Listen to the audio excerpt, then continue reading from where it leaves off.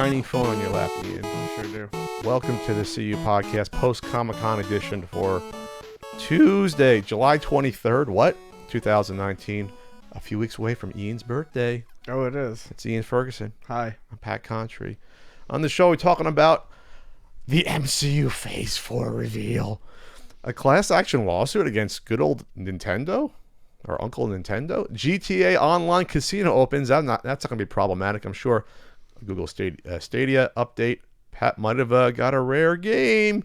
And a Patreon poll topic, maybe a Q&A. Ian, Comic-Con came and gone. That kind of rhymes a little bit. Comic-Con came and gone. Did you get anything good? I bought the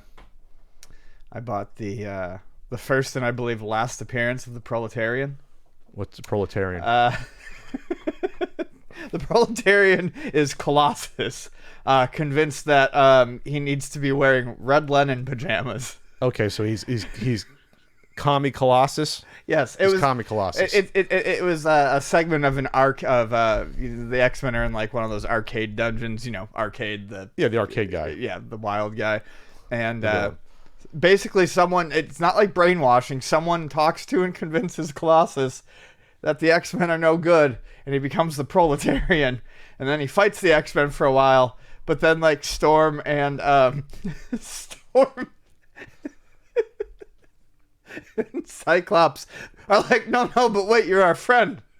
And he's like, you're right, I am your friend. Doesn't matter, you're evil capitalist. And that sounds like Colossus is like a majority of the college freshmen I knew back in the day. You take one class and think you know the worldview. But good Colossus came back to the right side there. But anyways, it's the hero that we deserve. I don't think Proletarian. I want a commie Colossus. But it's got a great cover. It's Colossus in his Lenin pajamas. So it was just a one-shot issue. I mean, it's part of a longer issue, but yeah, the whole Proletarian thing is kind of just a one and wow, done. Colossus is that easy to convince. That is politics and stats on economics. I also got I got Kitty Pryde's bedtime stories. There's a Kitty Pryde issue. There's an X-Men issue where it's one of those issues that just like it's an interlude in between what's normally going on and the X-Men sit around and tell like bedtime stories. Oh, okay. It's the first appearance of the Bamfs, the little tiny cute night crawlers. I don't think I've seen those in a comic, but all right. And I bought some horror comics. Oh, you and James commiserate on your love of horror and Dracula. James bought a few of the Tomb of Draculas. He's into those. I was thinking about buying them, but I didn't.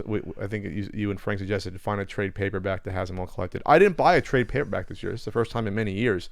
And while there still are some, there's not those two big places there used to be that I used to go buy them at. So it's like the one where Stanley used to show up at, that place doesn't sell those anymore. I don't think they even have a booth. But I used to spend 2 hours looking through those 1,000 plus trade paperbacks. So I didn't see any shortage of them, but now that you mention that place isn't there. There's a place that was against the back wall that used to be there that I used to stop at all the time. But that big one I told you about hasn't been there for a couple of years. And that's where everyone would, out in the open, would go and look at them. I'd buy stuff from there every year. I'd spend time looking for looking for the Marvel Masterpiece ones, and they don't have it anymore. So the problem with that is that there's less and less of those out there. And you go to like Torpedo, you don't get those like heavy discounts that you do at like the places like that where it's like 50% off. That Torpedo is all 50% off to start. Okay, then they don't have the selections of other places because they have mostly newer stuff. They don't have the older stuff from like 5, 6, 10 years ago. That's the juice. I want like the collection of like X-Men from like the 60s or 70s or Avengers from the 60s. That's the stuff that I look for. And maybe like I got like the whole Demon in a Bottle Iron Man trade paperback 1 or 2 years ago, or Streets of Poison, Captain America going around with Diamondback, fighting off drugs on the street. It's like a late 80s, early 90s Captain America anti-drug store, stuff like that. That's the stuff I look for there. But we had fun. I mentioned Frank, but not Frank Cifaldi. So Frank Cifaldi got to hang around with Frank Cifaldi, trying to buy up every video game comic he could at the convention, the Valiant Nintendo comics and Captain N, and also looking for like the weird stuff that I never even heard of. Well, that was him and Vonnie's like plan. That was the goal. The goal was to go find the comics because he didn't have a bunch of them and she did, so they went around and anything they found that Vonnie didn't have, Frank bought. They said Frank bought it first, and I bought a few when I was. No, anything Vonnie already had, Frank bought. I thought you said Frank Bot. That's what I thought you said.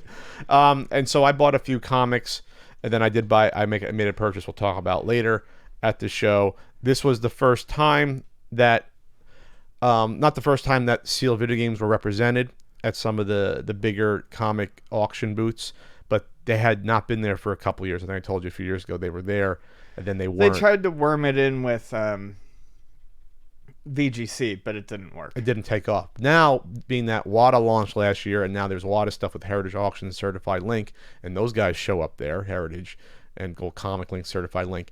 They had on display next to comics built in sealed graded, not always a sealed, just graded video games, including one like what was one, Urban Champion, estimated pre-auction price that comes 15,000 and up for an Urban Champion, and that's just what they do to pump up the price and get it going. I even talked. Actually, the guy was nice. I said, "Really?" I said 15,000. He's like, "Oh, it's just a price estimate. That's not based on anything, obviously. Yeah, it's absolutely based on nothing. And maybe we'll go for 15,000 up for an Urban Champion. I just know how many Urban Champion people out there are going to spend that much on that game." For that. But that's Urban Champion people. There's like 5 less of those than there are Clue Land people, which means that there's -4. I think it's neck and neck. They're running for the Urban Champion versus Clue Land fan club. Clue Club.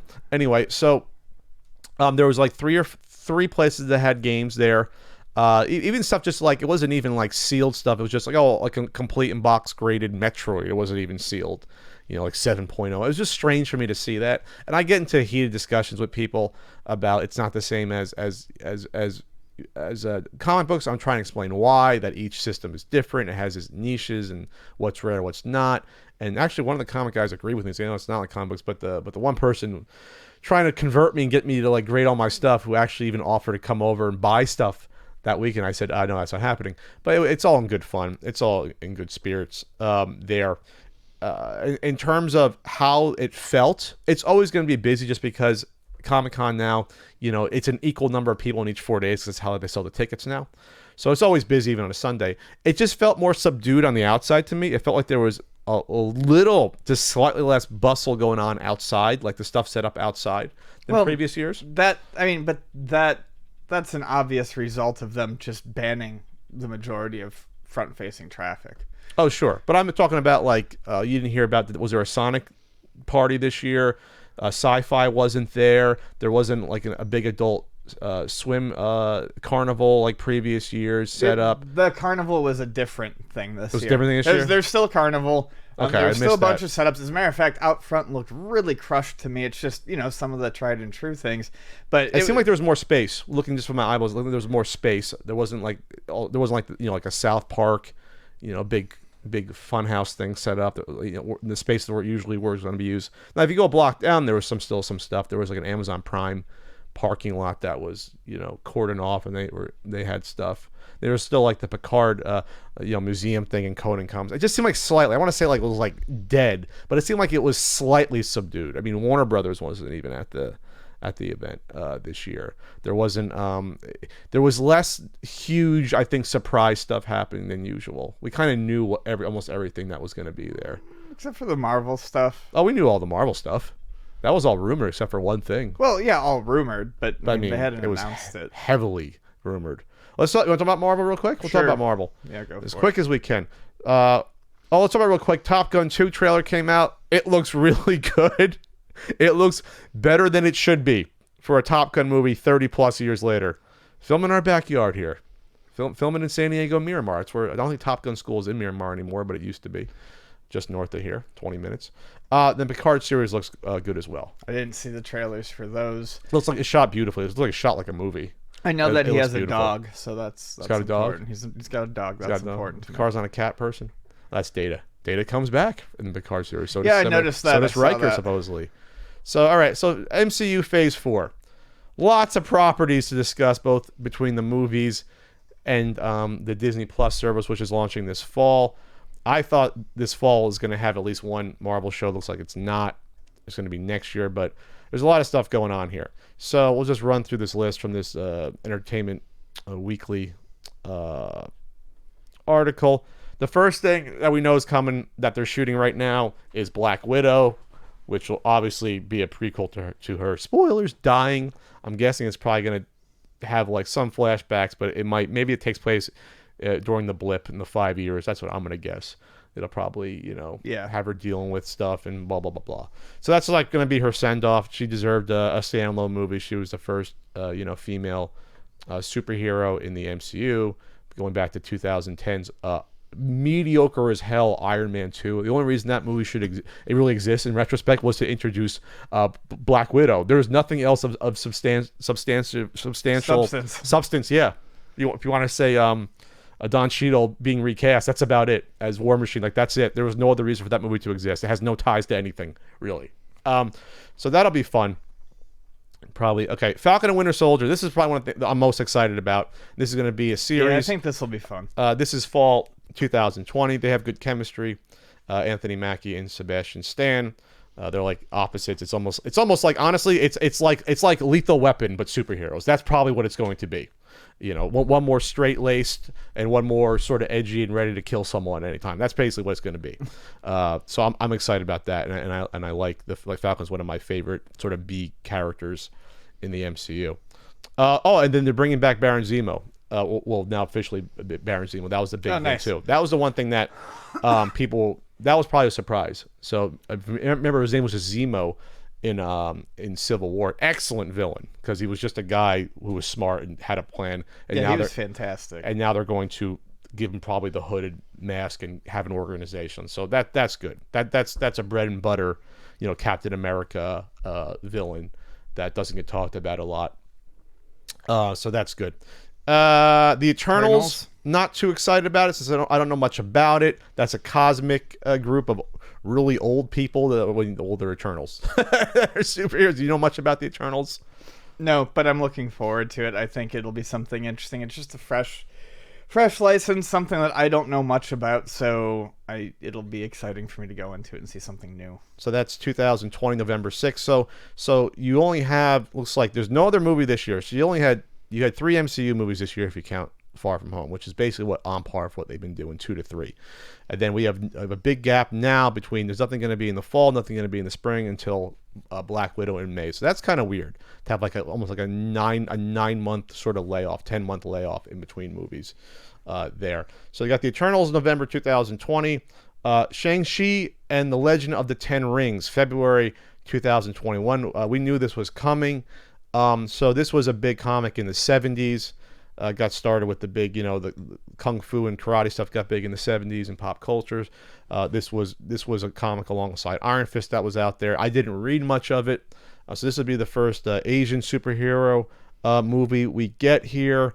They cast Simu Liu. I'm not familiar with him at all. But the big thing is that the Mandarin's going to be the villain.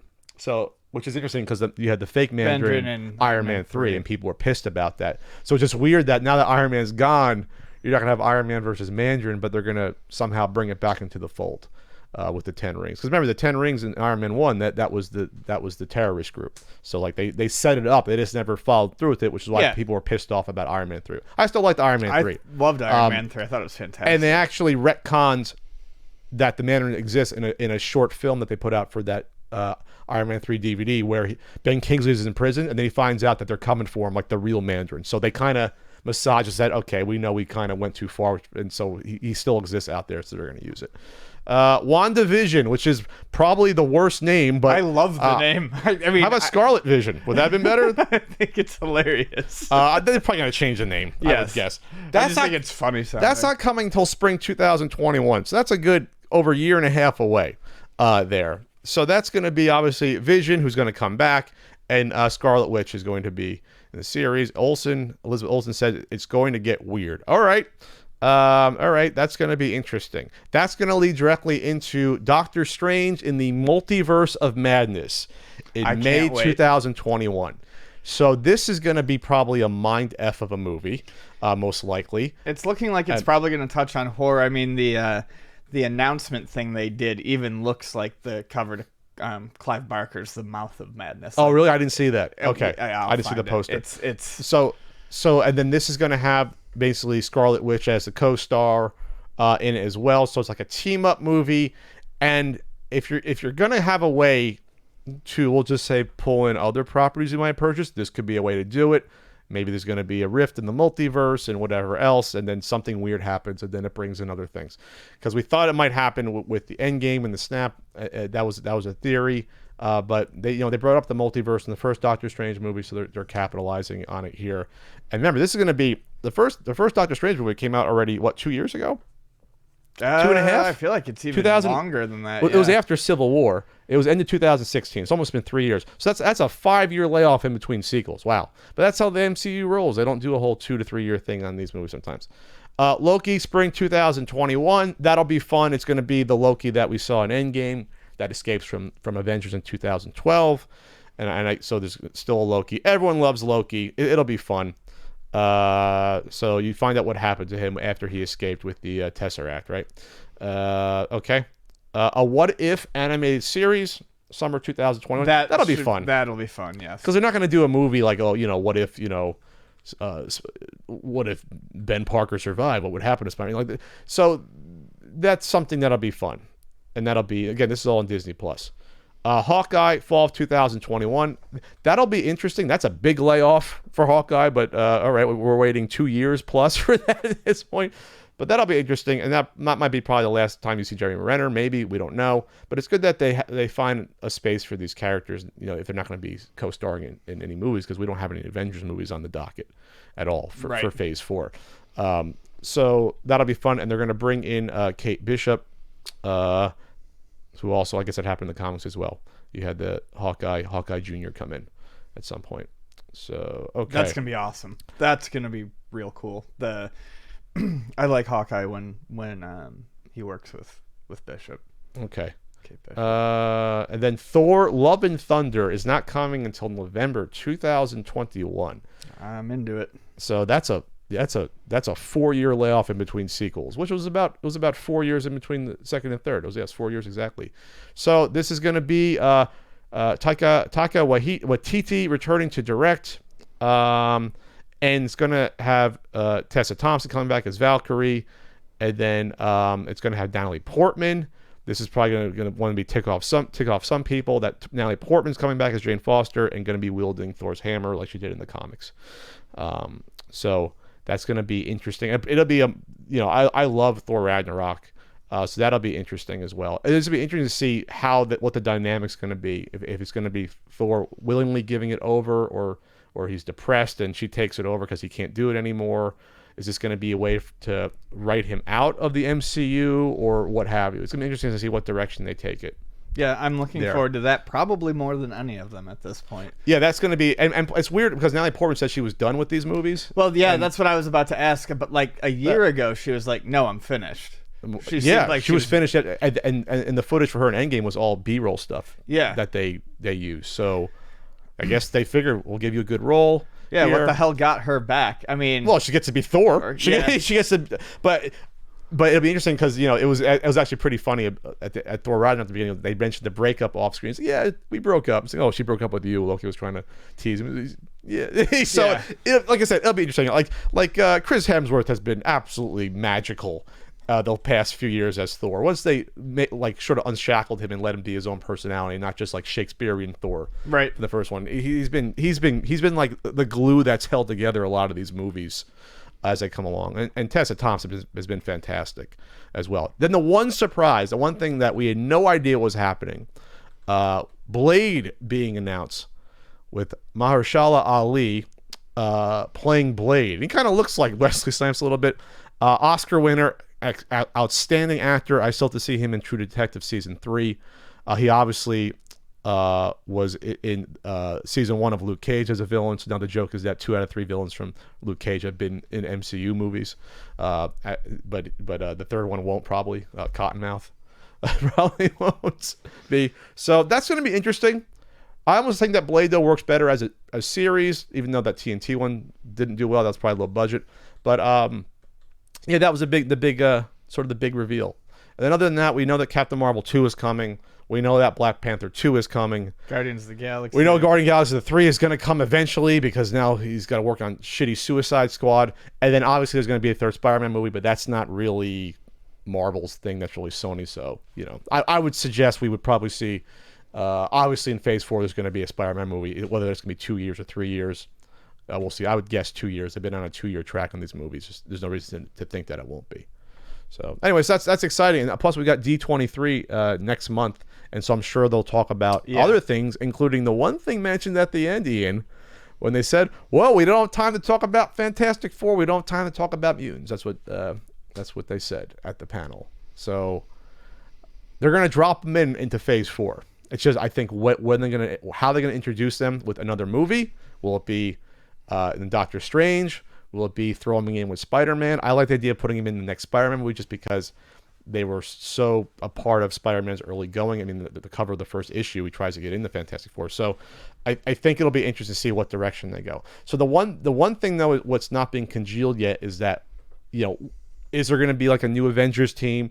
Who's the main villain? Is there going to be a main villain over the next 10 years? Right. There's a couple of rumors with that. The one that seems more solid at this point, but it might be weird because it's Sony. The one big rumor that Norman Osborn is going to be the big baddie for this generation, that he buys Stark's old building in New York City, and it gets some tech, and he's smart and brings in villains. That's the one rumor. To me, the obvious one is Doctor Doom. Yeah. Because Doctor Doom is awesome.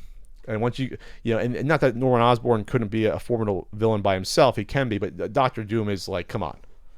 Yeah, I really want to see Doctor Doom done properly, done well.